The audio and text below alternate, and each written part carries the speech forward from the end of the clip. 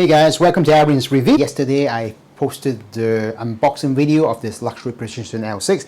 Today I want to give you a full review why I think this is the end game of all my digital audio players that I've actually purchased. Yes, this is the most expensive as well. So what is the retail price? For those who are in other places, Music Tech does have this item for sale. I do recall they have also the limited titanium version, which is obviously sold out. And retail price on the Music Tech was $4,500. You can now purchase this for $3,100, and it comes with the free leather case, which I reviewed in my last video. Besides that, where did I purchase this from? I actually purchased from Right Shop Audio, which is a shop in Nathan Road at Sino Center Shopping Mall on the ground floor. Right Shop Audio is probably a place where I go when I go to Wongkok to check out audio gear. I actually went yesterday. Things that I've purchased recently from them include the Jerry Harvey Layla Eon, which I purchased during the Chinese New Year. And this is the latest thing that I've purchased from them. As I said, I'm looking at going to headphone ways. Sadly, they don't sell headphones. So things that they're currently do have, and by the way, they have a lot of varieties there, include the F Audio Dark Sky, which was recently released here. This is the one that was released like a week ago. Retail price of this is $8,800, and this is actually the cable that comes with it, so the cable has been upgraded already. Besides that, what else has come? Well, the Luxury Precision W2 is also out. I've tried the W2. It's like a dongle where you can connect your phone so that it's like a DAC and amplifier. And I recall there's a case for it now. Let me see if I can find a picture of it. There we go. There is the case for the W2 for the Luxury Precision. This retails for $2,400. Again, Right Shop. This is where I tried it. But this is the leather case that they've made. It looks a bit like the leather case in front of me. And I think it's very good quality, but looks a bit darker. A little bit darker. Darker looks nice. I don't mind. I like it. And this is 300 Hong Kong dollars. Suitable for the W1, W2. Again, Right Shop has it.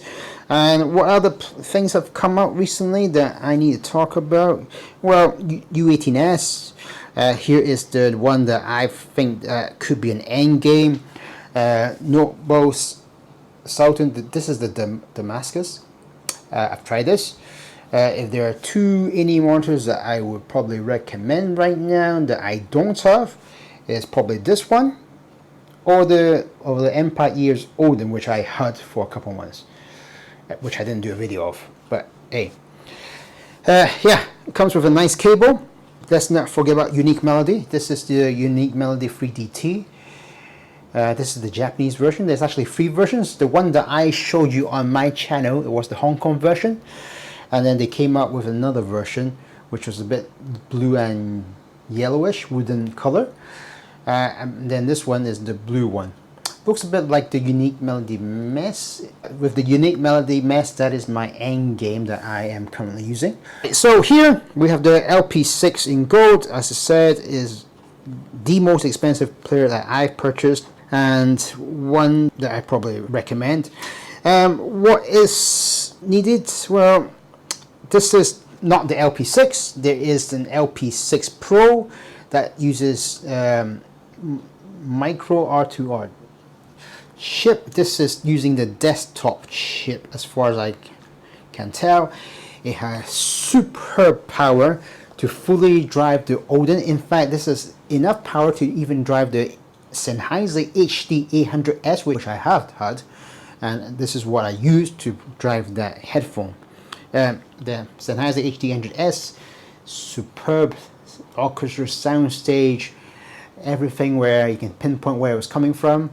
The only thing that I hated about the HD800S was two things.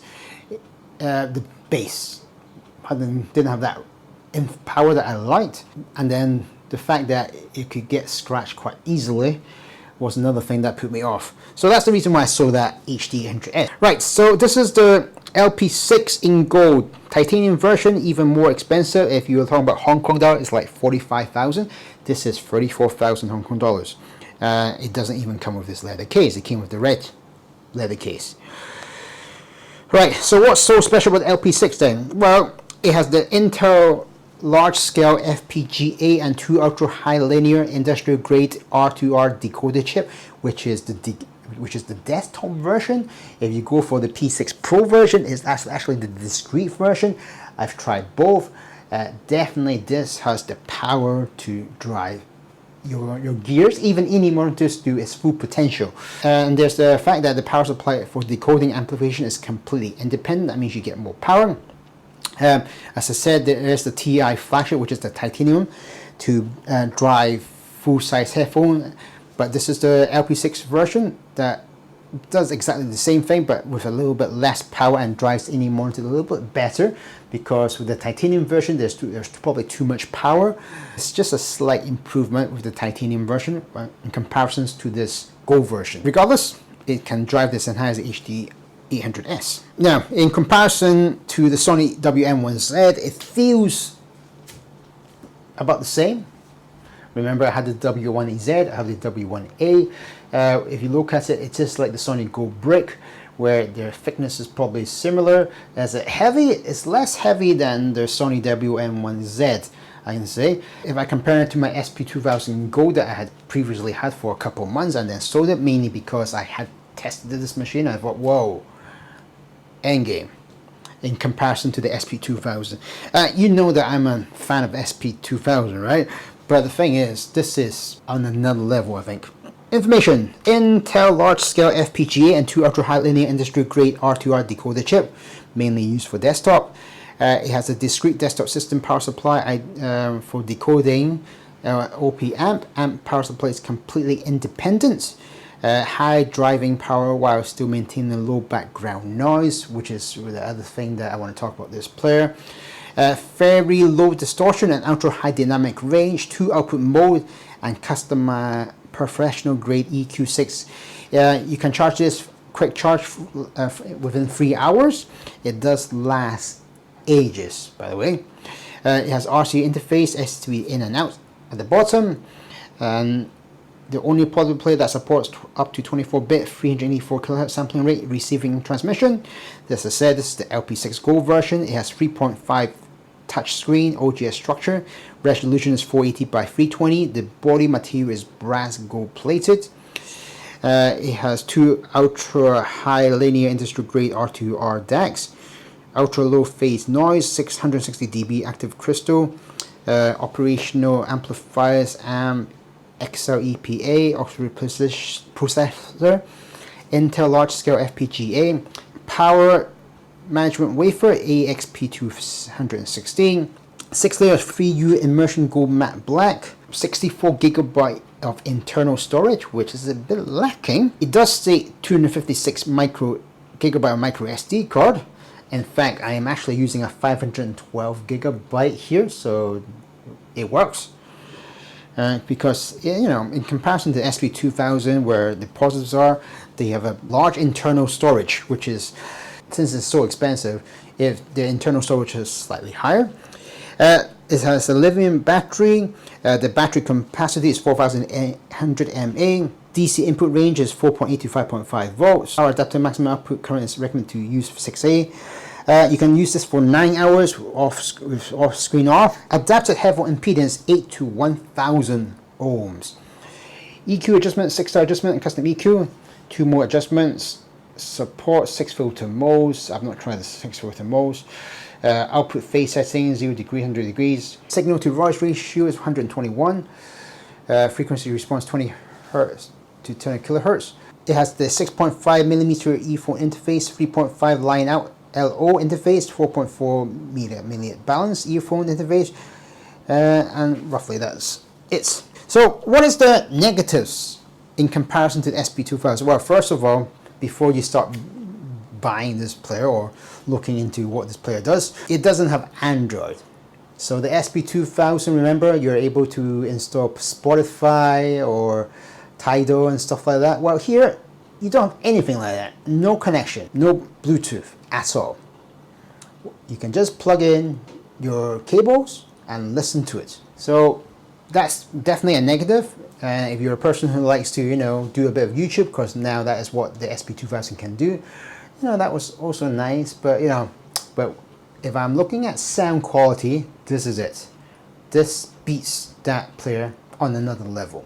And user interface, well, next thing that I don't like was the fact that this internally has 64GB storage. Yes, it has micro SD card, but the thing is, the Sp2000, even with the Sony WM1Z, it's like 256GB. Here is 64GB. I actually don't have enough. My 64GB internal storage is stored. The 512GB internal storage is also full, almost full already. Yes, I'm not able to play all those songs in one go or within the 9 hours time frame. This is the second play that I've owned with the LP6. The first one, the touchscreen didn't work, or the top half stopped working. But as I said, Right Shop Audio, you know, no problems at all. Sort it out for you. Again, they even delivered it to the train station that was close to me, because one of the colleagues lives very close. Hence the reason why I highly recommend them for the good service I've had with them. The leather case, definitely recommend this leather case that I had to purse extra. Fantastic. Yes, it fully protects it. Yes, there are slight marks because of the holes. I'm sure I can clean that off. I have not tried it, so I'll probably try to clean it a little bit off. But fantastic. The negatives, it's just the fact that the user interface is much nicer on the Sp2000. Here is a bit old-fashioned. They are using, this is luxury precision from China, by the way. The user interface is not bad.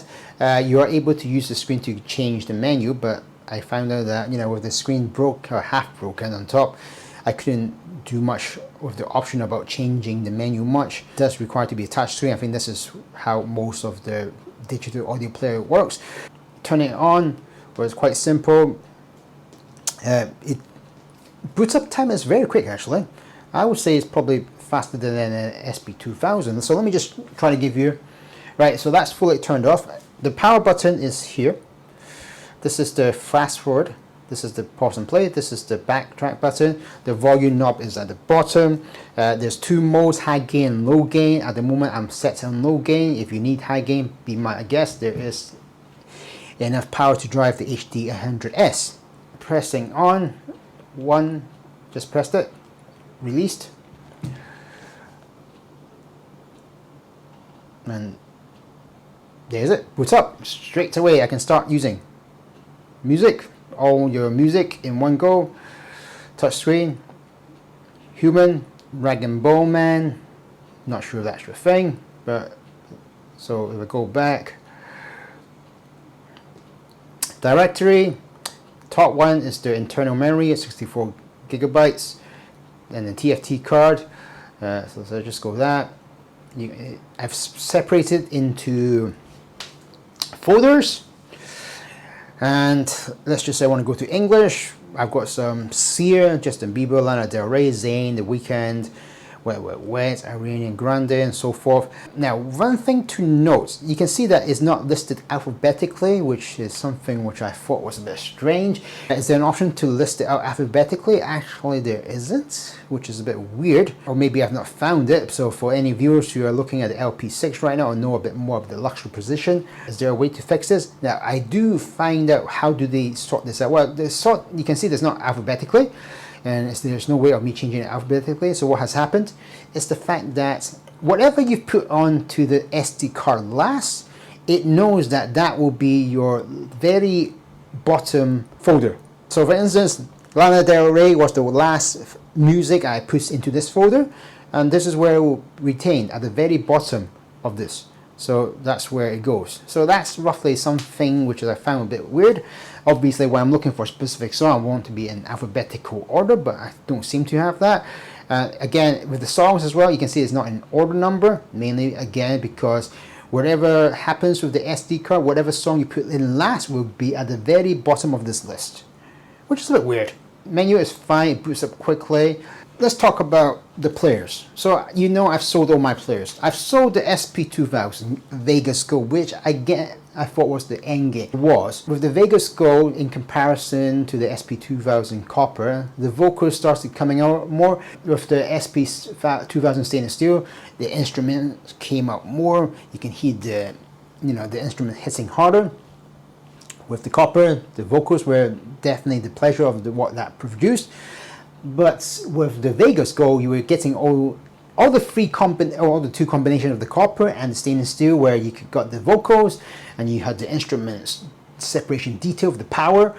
But with the Vegas Gold, you had the micro detail, and obviously that machine looks sexy, looks a bit like the Sony WM-1Z.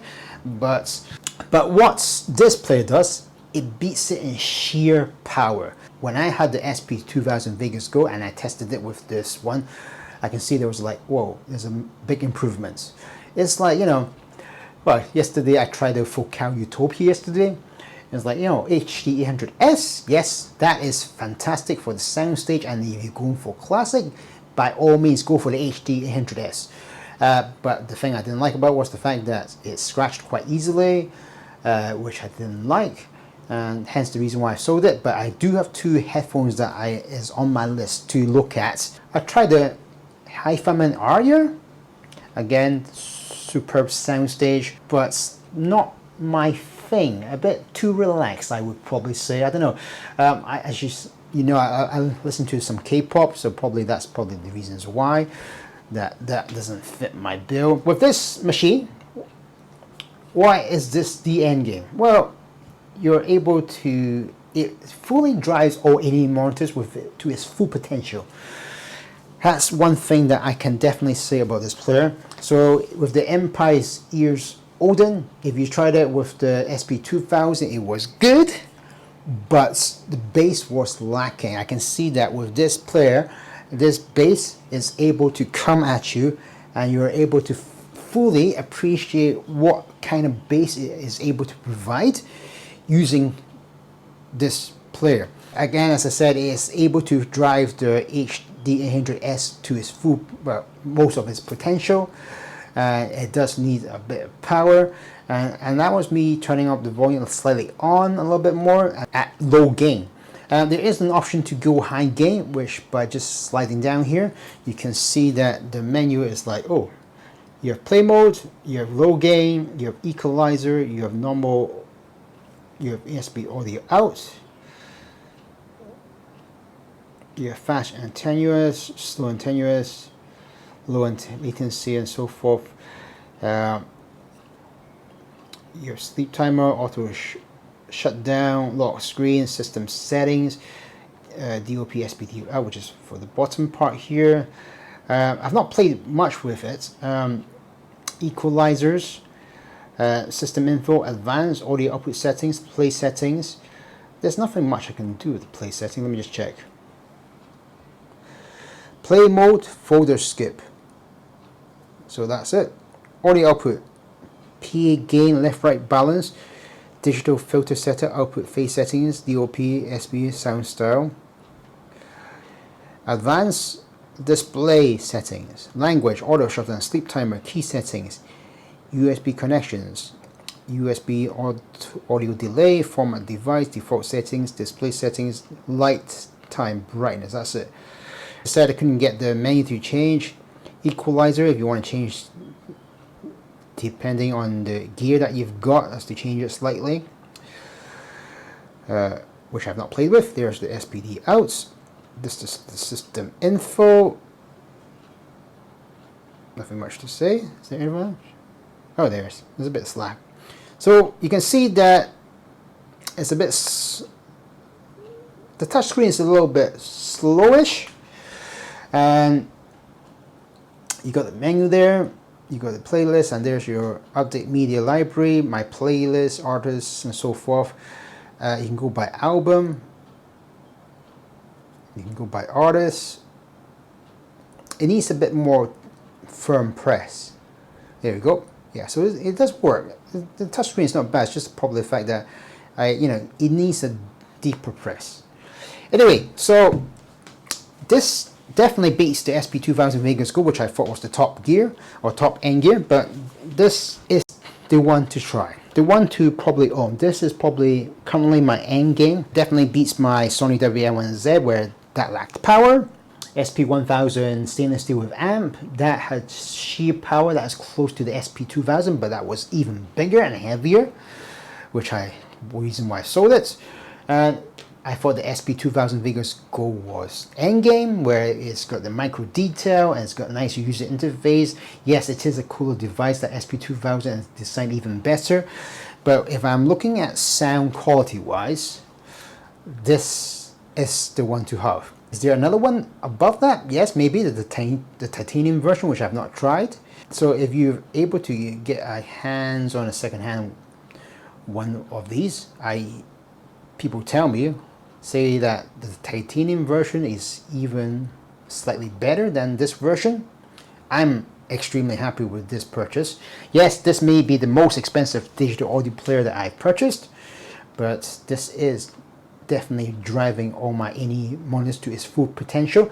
Every time when I listen to this machine, it brings a smile to my face, and it's like, whoa, enjoyment that I've never had from the WN1Z or the SP2000. The sheer power, the power to drive your gears to its full potential, to hear the sub bass kicking in, especially when I was doing with the Odin, and the sound stage that was coming from it. Definitely it has the power to drive your stuff. Yeah, so hopefully you found this video useful. I will do some more videos. I do have a DAC amp combo as to drive headphones now, which I'll do an unboxing of in the next video. And yeah, the player that I think will stay with me for many years, hopefully. You do know that I'm a person who likes to change my players quite often. I'm looking for the next level, next level, next level. Well, if you are, well, remember, whenever you go for the next level, next level, next level, you're going to use a lot of money buying it brand new, selling it back out. You're going to be losing money because it's like a car. Here, if you're starting into this A&E monitor and you know that you're going to stay in it, and you want to go for the top end one, this is it. This is the player. I was a bit skeptical about it since I thought, wait, luxury precision, I've heard of it. It looks a bit ugly at first. I'm warming up to it. Sound is the best of it. User interface maybe a little bit lacking, and about the user menu and the fact that it's 64 gigabytes internally only. There are things that they could have improved. This is definitely better than the LP6 Pro with the sheer power, with the, with the LP6 Pro, which is the other version that they recently released. That lacked a bit of power. Here we have the full potential power, and it's even better than the Canon T6 Titanium, which was released recently as well. Again, Right Shop does have this. About retail price is 15,000 Hong Kong dollars. I was going to test it, but a friend said, actually, forget about testing it. It's less powerful than this version. So, and it's using R2R DACs. Anyway, that's it for now. I've spoken for 30 minutes. Anyway, I'll do more videos. This is my second video coming back. See you in the next video, guys. Thanks for watching.